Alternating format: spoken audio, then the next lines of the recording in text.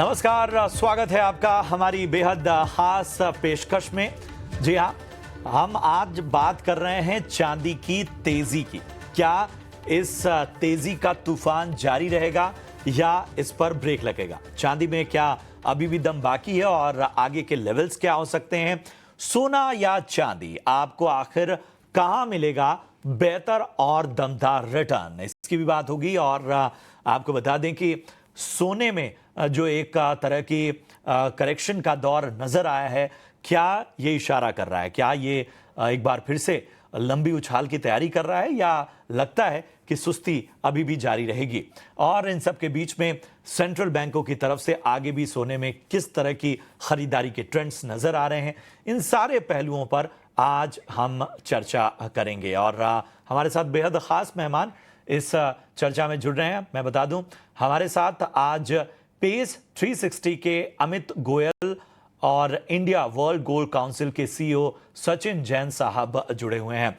आप दोनों का बहुत बहुत स्वागत। और जाहिर सी बात है कि इससे पहले कि मैं चर्चा की शुरुआत करूं, उससे पहले कुछ लेवल्स बता दूं चांदी को लेके। तो अगर हम चांदी की बात करें, एमसीएक्स पर चांदी में रिकॉर्ड तेजी नजर आई है। एमसीएक्स पर चांदी 1,12,000 के करीब पहुंच चुकी है। और कॉमेक्स पर अगर हम देखें चांदी, तो 13 साल से ज्यादा की ऊंचाई पर मौजूद है। 2025 में अब तक अगर हम चांदी की चाल की बात करें, तो आप देखेंगे कि चांदी में 2025 में अब तक, अभी तो पूरा साल बाकी है, 30% तक की तेजी हमें चांदी में देखने को मिली है। तो आखिर इसके फैक्टर्स क्या हैं, और इस तूफानी तेजी का दौर जारी रहेगा या इस पर एक ब्रेक लग सकता है? इन सभी पहलुओं पर हम आज चर्चा करेंगे। और सबसे पहले मैं अमित जी आपके पास आना चाहता हूं। आपने चांदी पर लॉन्ग टर्म बेयरिश आपका व्यू नहीं था, और इस बीच मैं परिचय करा दूं, हमारे साथ इस वक्त नितिन केडिया साहब भी जुड़ चुके हैं हमारी चर्चा में, और उनसे भी चर्चा में तमाम पहलुओं को हम समझेंगे। और इस वक्त अमित जी, नितिन जी और सचिन तीनों हमारे साथ मौजूद हैं। तो अमित, मैं जो बात कह रहा था कि शुरुआत में जो बात साफ तौर पर आपका नजरिया सामने आया था चांदी को लेकर, उसमें हमने देखा था कि लगातार आप सोने पर यानी गोल्ड पर जो है वो ज्यादा आपका रुझान नजर आया। चांदी पर लॉन्ग टर्म पर आप बुलिश नहीं थे, लेकिन चांदी की चाल अब जो है वो कुछ और संकेत दे रही है। आप अपने क्लाइंट्स को चांदी में किस तरह की सलाह दे रहे हैं? जी। देखिए, ये फैक्ट है कि चांदी ने पिछले कुछ हफ्तों में बहुत मैसिवली जो है वो गोल्ड को आउट परफॉर्म किया है। और मैं अभी भी लॉन्ग टर्म चांदी पे जो है मैं बियरिश हूँ। मगर ऑफ कोर्स जब उसने 34.7 34.8 के लेवल्स क्रॉस किए थे, तो हम शॉर्ट टर्म नियर टर्म हम जो है वो पॉजिटिव हो गए थे। मगर लॉन्गर टर्म में अभी भी मैं चांदी पे बेयरिश हूं, और उसकी वजह बहुत क्लियर है। देखिए, हम लोग जो है 5 साल का ये पोस्ट कोविड एक इकोनॉमिक बूम आया है, जो कि इकोनॉमी में भी आया, स्टॉक मार्केट्स में भी आया। और मेरा ऐसा मानना है कि the world is gradually heading for a recession. 2026 तक जो है वो वर्ल्ड में काफी सीवियर स्लो डाउन आएगा। और अगर आप पिछले 30 से लेके 40 सालों के कोई भी ग्लोबल स्लो डाउन या रिसेशन को देखेंगे, तो एक जो मेटल हमेशा एक बहुत बड़ी कैजुअलिटी बना है ग्लोबल स्लो डाउन का, वो चांदी है। अगर मैं कोविड की बात करूं, तो चांदी जो है वो $19.5 था कोविड से पहले, और कोविड के क्रैश में चांदी जो है वो $11.5 आ गया था। उसी तरीके से 2021 में चांदी, जब वर्ल्ड इक्विटीज बहुत अच्छा कर रहे थे, तो चांदी जो है वो $31 था। और उसके बाद 2022 में जो है वो चांदी $20 के भी नीचे आ गया था। अब जो है चांदी दोबारा से बढ़ना शुरू हुआ पिछले साल 2024 में, जनवरी फरवरी में चांदी आखिरी मर्तबा $21-22 था। और वहां से अब चांदी बढ़ के जो है वो तकरीबन 37.5 पौने $38 आ चुका है।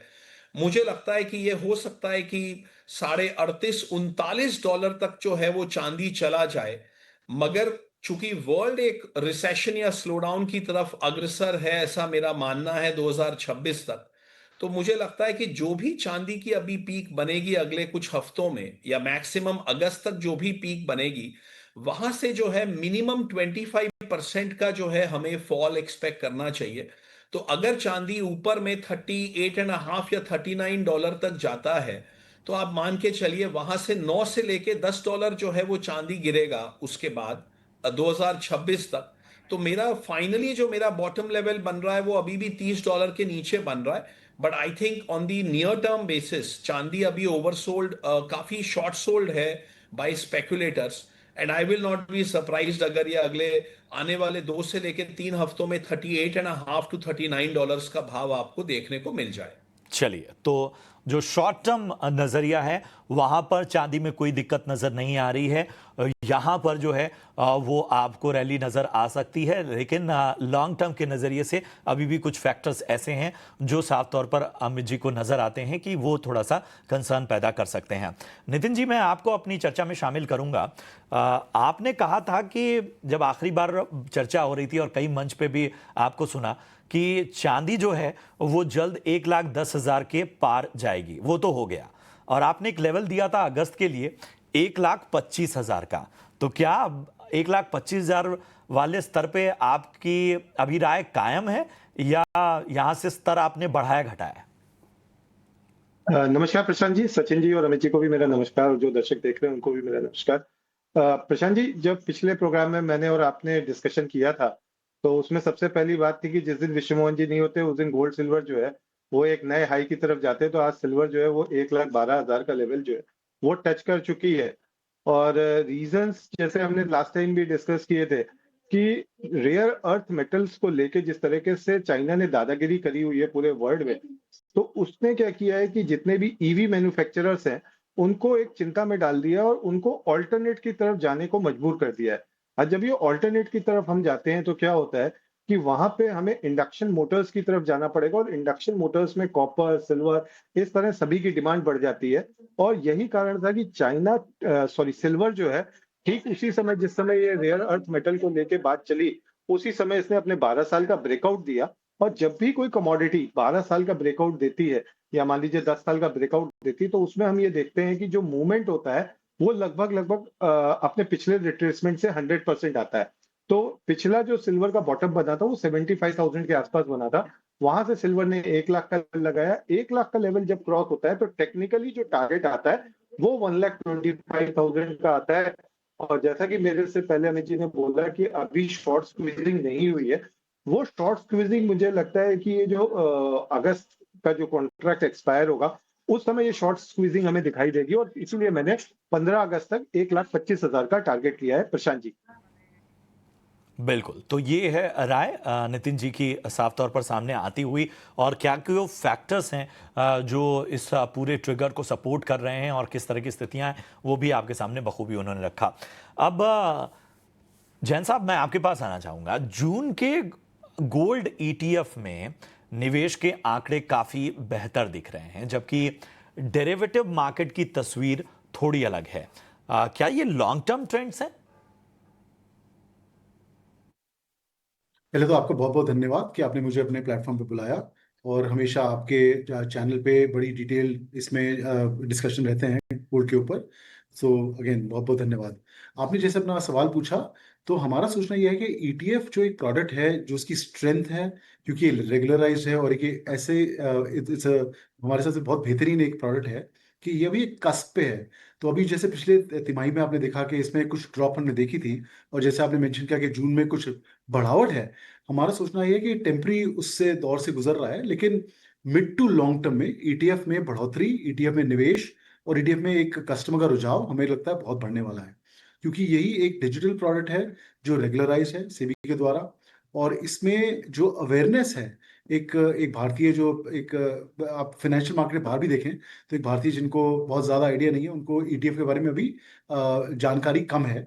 और काफ़ी ऐसे अब स्टेप्स लिए जा रहे हैं कि इस बेहतरीन एक प्रोडक्ट की जानकारी एक नॉर्मल इंडियन सिटीजन को जो निवेश करना चाहता है उसको मिले।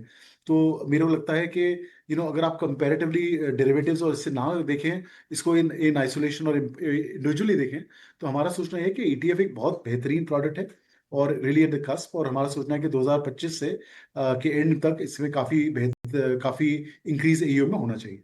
ठीक है, बहुत बेहतर। गोल्ड की ही चर्चा हो रही है तो अमित जी, मैं आपसे जानना चाहूंगा, आप लंबे समय से गोल्ड पर बेयरिश रहे हैं, तो ये स्टांस अभी बरकरार है या कुछ बदलाव हुआ है इसमें? प्रशांत जी, 2019 से लेके 2024 एंड या 25 की शुरुआत तक हम एक तरफा जो है हम लोग तेजी में रहे थे।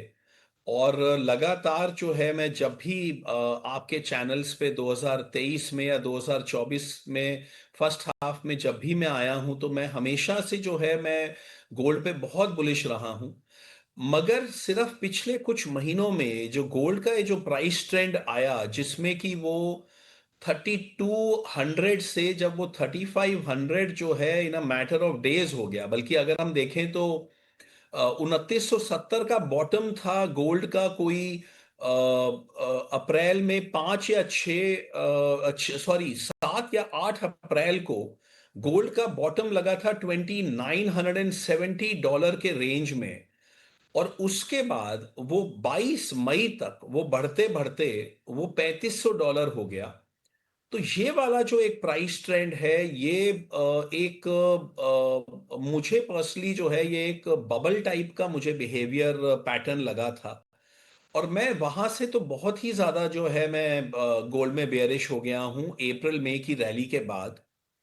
और मैं अभी भी जो है मैं बियरिश हूं, मगर मैं लॉन्ग टर्म गोल्ड में बहुत बुलिश हूं। देखिए, मेरा चांदी का जो स्टांस है वो लॉन्ग टर्म बियरिश का है, बिकॉज मुझे स्लो डाउन दिख रहा है अगले साल से। और मुझे लगता है कि वो स्लो डाउन थोड़ा गहरा स्लो डाउन हो है, जो कि कम से कम 2 साल तक चल सकता है, 2026 से 2028-29 तक। तो उस केस में मैन्युफैक्चरिंग जो डिमांड है सिल्वर की वो थोड़ी कम हो सकती है। बट जहां तक गोल्ड का सवाल है, अगर वर्ल्ड में स्लो डाउन आता है तो वो गोल्ड के लिए फेवरेबल है। और जो गोल्ड सिल्वर रेशियो इस टाइम 89 का है, मेरा ऐसा मानना है कि आने वाले 3 से लेके 4 सालों में गोल्ड सिल्वर का रेशियो 125 तक जाएगा। और वो दो तरीके से होगा। जब भी मार्केट में फॉल आएगा तो शायद गोल्ड और सिल्वर दोनों गिरेंगे, जैसा कि कोविड में हुआ था। कि कोविड से पहले गोल्ड का पीक लगा था $1710 का, और कोविड में जब वो मार्केट्स क्रैश हुए थे तो कोविड का बॉटम लगा था $1465 का। तो गोल्ड तो गिरा था तकरीबन कोई 17-18%, मगर इस बीच में सिल्वर जो है वो 40% गिर गया था। तो मुझे लगता है कि जो भी अभी मार्केट में शायद जुलाई या अगस्त के बाद जब फॉल आएंगे और डॉलर इंडेक्स हमें बढ़ने का लग रहा है, तो जब ऐसा होएगा तो गोल्ड प्रॉब्ली कम गिरेगा, चांदी ज्यादा गिरेगा। तो गोल्ड सिल्वर रेशियो जो है वो बढ़ेगा, while gold and silver may be falling at that time. और उसके बाद फाइनली जब गोल्ड में लेवल और टाइम करेक्शन दोनों पूरी हो चुकेगी, जो कि मुझे लगता है आने वाले 4-6-7 महीने में पूरी हो जानी चाहिए, तो वहां से फिर गोल्ड में जो अप ट्रेंड आएगा वो एक नॉन स्टॉप अप ट्रेंड आना चाहिए, which may last for another 3 to 4 years at the very minimal. तो मुझे लॉन्ग टर्म जो मेरा गोल्ड का टारगेट है वो डेफिनेटली जो है वो मेरा अब 6 से लेके 7 हजार डॉलर पर आउंस का टारगेट है। बट आने वाले 6-7 महीनों में मुझे लगता है एक करेक्शन लाजमी है। लॉन्ग टर्म अप ट्रेंड को रीइंस्टेट करने से पहले करेक्शन आनी चाहिए। और वो लेवल कहीं ना कहीं मुझे लगता है कि 2700, 2800 या 2900 डॉलर तक का एक करेक्शन आनी चाहिए। But after that gold will be the best asset class in the whole world for the next 3 years, ऐसा मेरा मानना है। तो लॉन्ग टर्म के नज़रिए से गोल्ड पर ही लगातार जो है वो दांव लगाने की सलाह इस वक्त आती हुई अमित जी की तरफ से। नितिन जी, अब एक बार फिर से चांदी की बात करते हैं। क्या रणनीति रखी जाए? मतलब कोई करेक्शन वाला फेज जो अगर आता है तो फिर वहां पर क्या एंट्री पॉइंट ढूंढा जाए? प्रशांत जी, मुझे लगता है कि अगर सिल्वर जो है 1,10,000 1,11,000 के आसपास आता है तो वहां पे हम लॉन्ग करके चल सकते हैं सिल्वर को। और इसके साथ में हम 1,08,000 का जो पुट ऑप्शन है उसको अगर एमसीएक्स में साथ में बाय कर लेंगे तो जो शॉर्ट टर्म ट्रेडर्स हैं उनको किसी भी तरह की कोई दिक्कत नहीं आएगी। जो हमारे इन्वेस्टर्स हैं, जो हमारे लॉन्ग टर्म ट्रेडर्स हैं, जो हम पिछले 1 साल से आपके चैनल में कहते आ रहे हैं कि अगर आपके पास 1000 रुपए की भी गुंजाइश है, तो आप अपने ज्वेलर की दुकान में जाइए और ये 10 ग्राम का चांदी का सिक्का लेके आइए, आपको रिटर्न ज़रूर मिलेगा। तो मेरा आज भी यही मानना है कि अगर आप जो छोटे-छोटे लोग हैं, आप अगर 1000 रुपए, 1200 रुपए, 1500 रुपए भी सेव कर सकते हैं महीने का, तो आप सिल्वर को अगर आप कंटिन्यूअसली लेते चले जा रहे हैं 1 साल, 2 साल के लिए, तो अगले 2 साल के अंदर जो हम सिल्वर का भाव देखते हैं, वो मुझे लगता है कि कहीं न कहीं 1,40,000 से 1,50,000 के बीच में स्टेबलाइज़ होगा। अब इसके पीछे के रीज़न्स क्या हमें लग रहे हैं, इसके पीछे के जो सबसे बड़ा रीज़न लग रहा है, वो हमें ये लग रहा है कि इंडस्ट्रियल डिमांड के अंदर जो ईवीज़ है, ये बहुत इंपॉर्टेंट रोल प्ले करने वाले हैं, first thing. Second, fear of missing out की जो रैली होती है, वो सबसे बड़ी रैली होती है प्रशांत जी किसी भी एसेट क्लास में। वो अभी तक हमने चांदी में आती हुई नहीं देखी है। वो मुझे लगता है कि जिस समय चांदी 1,25,000 रुपए के ऊपर ट्रेड करना शुरू होगी, तब वो फियर ऑफ मिसिंग आउट की जो रैली है वो आएगी और वो कहीं न कहीं चांदी को जो है अगले 20 से 25% बढ़ाने में मदद करेगी। तो मेरा मानना है जो शॉर्ट टर्म ट्रेडर्स हैं, वो सिल्वर के फ्यूचर्स को बाय करके चले और साथ में सिल्वर का पुट ऑप्शन बाय करें। जो छोटे-छोटे निवेशक हैं, वो जाएँ और बिल्कुल अपने ज्वेलर की दुकान से अगर 10 ग्राम का चांदी का सिक्का ले सकते हैं, तो 10 ग्राम का चांदी का सिक्का लें। कम पैसे हैं तो 5 ग्राम का चांदी का सिक्का लें, लेकिन चांदी में निवेश को बना के रखें। चांदी ही आपकी चांदी कराएगी भविष्य में, ये तय है। प्रशांत जी। तो भले गुरु पूर्णिमा बीत गई हो, लेकिन ये आपको गुरु मंत्र नितिन जी ने दे दिया कि चांदी जैसी क्षमता हो उसमें अपना निवेश जारी रखें और अगर आप नहीं कर रहे हैं तो इसकी शुरुआत कर दें। रेंज और बाकी चीज़ें भी बता दी गई हैं, एंट्री पॉइंट आपको कहाँ ढूंढने हैं, अगर एग्रेसिव ट्रेडर हैं तो वहाँ कहाँ पर आपको रणनीति बनानी है वो भी नितिन जी ने बता दिया। सचिन जी, मैं आपके पास आना चाहूँगा, गोल्ड पर ही बात करूँगा। सेंट्रल बैंकों की खरीदारी का फिलहाल जो रुझान है वो कैसा दिख रहा है? अगर हम क्या चीन के सेंट्रल बैंक की जो बाइंग जारी की है और नए कौन से लिस्ट में शामिल हुए हैं, जरा बताएं। तो सेंट्रल बैंक एक एक एक जो सेंट्रल बैंक एक स्तंभ है गोल्ड बाइंग का, और जिसके जिसके ऊपर एक गोल्ड का प्राइसिंग टिका होता है। वापस से 30 महीने में काफी हमने एक कंसिस्टेंट एक ग्रोथ इसमें देखी है।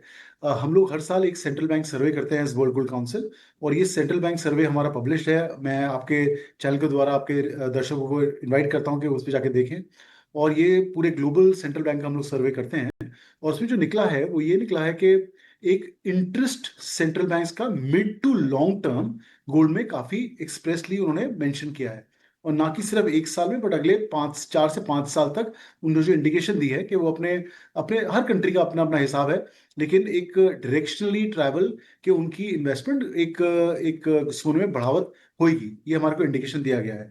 नाउ आपने पूछा कि कौन से सेंट्रल बैंक अभी बाइंग ज्यादा कर रहे हैं, तो पिछले अगर आप कुछ ट्रेंड देखें तो एक जैसे डेवलपिंग मार्केट्स हैं उनमें हमने डेफिनेटली एक ग्रोथ देखी है, जिसमें इंडिया, चाइना और काफी अदर नेशंस में आते हैं। लेकिन कंट्रीज जैसे पोलैंड है वो उन्होंने काफी बाइंग करी, और हमारा सोचना ये है कि अगर आप उसे ध्यान से हमारे स्टडी को देखें तो सेंट्रल बैंक जो डेवलपिंग मार्केट्स के हैं उन्होंने इंडिकेट किया है काफी स्ट्रॉन्ग तरीके से कि आगे आगे वाले आने वाले समय में वो गोल्ड में अपना निवेश और रिजर्व बढ़ाएंगे। चलिए, इन सब के बीच में अमित जी, मैं आपके पास आना चाहूंगा। जरा अगर हम क्विक आपसे राय जानना चाहें तो गोल्ड और चांदी 2025 के लिए एक बार फिर से अपनी रेंज जरा रिवाइज कर दें।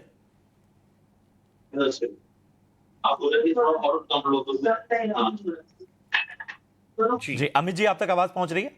जी, मुझे आवाज आ रही है जी प्रशांत जी जी। बोलें। जी, तो प्रशांत जी देखिए, मेरा 2025 तक का जो मेरा सिल्वर का जो अनुमान है, ऊपर में $38.5 से लेके $39 के मुझे ऊपर चांदी नहीं दिख रही है 2025 में। और डाउनसाइड में आप मान के चलिए कि मुझे जो है वो 2025 की मैं बात करूं तो $32 के नीचे मुझे नहीं दिख रहा है, मगर अपसाइड जो है वो चांदी में मुझे यहां से कम दिख रहा है और डाउनसाइड ज्यादा दिख रहा है। तो हमारी जो सलाह है निवेशकों को वो ये रहेगी कि चांदी में जो ये अभी शॉर्ट टर्म जो ब्रेकआउट हुआ है इसको मेटीरियलाइज होने दीजिए, उसके बाद धीरे धीरे करके अगर आप चांदी को बेचते हैं तो आपको दोबारा जो है with in the next 2-3 months आपको चांदी नीचे में मिलनी चाहिए। मगर इसमें कैविएट ये है कि आपको जो है थोड़ा सा इत्मीनान से और थोड़ा देख के और संभल के जो है वो चांदी को बेचना होगा, ना कि एक बारी में बहुत ज्यादा क्वांटिटी आप करें।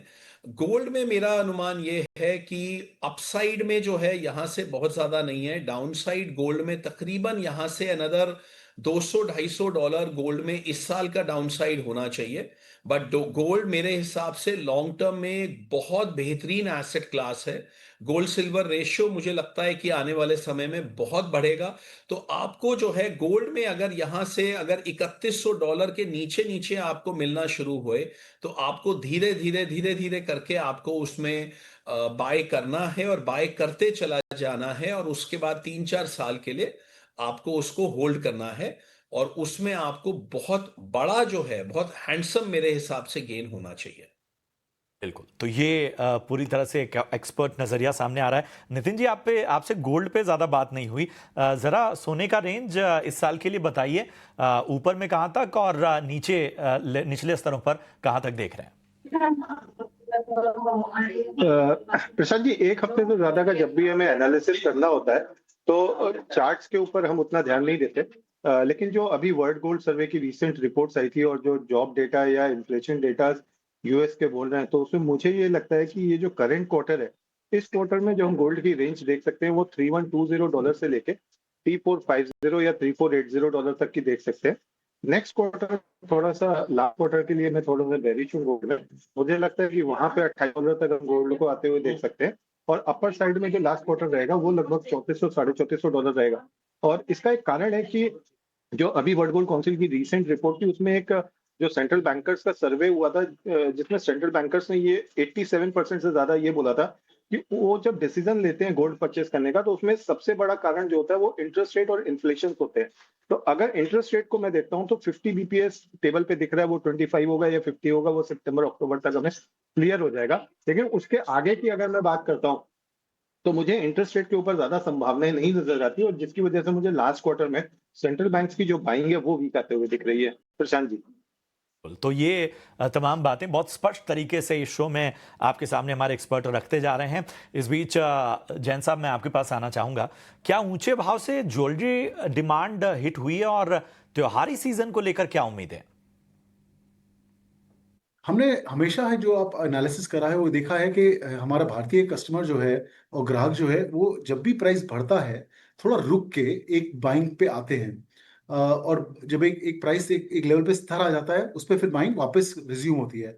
अगर आप पहली तिमाही में देखें 2025 की जनवरी से मार्च में, तो उस पहली तिमाही में करीब 22 हमने पीक्स ऑल टाइम गोल्ड के देखे, और ये फिर भी नहीं रुकी। सेकंड दूसरी तिमाही में भी हमने कंटिन्यूस इंक्रीज देखी। 23 अप्रैल को जो गोल्ड का भाव था वो हिंदुस्तान में, भारतवर्ष में 1 लाख रुपए पर 10 ग्राम को क्रॉस कर गया था। तो एक कांस्टेंट इंक्रीज जो हमने एक विटनेस करी उससे बहुत डैम्पन हुई है हमारी ज्वेलरी डिमांड। करीब जो अभी दूसरी तिमाही के आंकड़े हमारे सामने आने वाले हैं, लेकिन डेफिनेटली डैम्पन हुई है। लेकिन जो हमारी कंज्यूमर सर्वे कहते हैं वो ये कहते हैं कि कंज्यूमर का कॉन्फिडेंस और कंज्यूमर का एक ऑब्सेशन गोल्ड को लेके ऑल टाइम हाई है।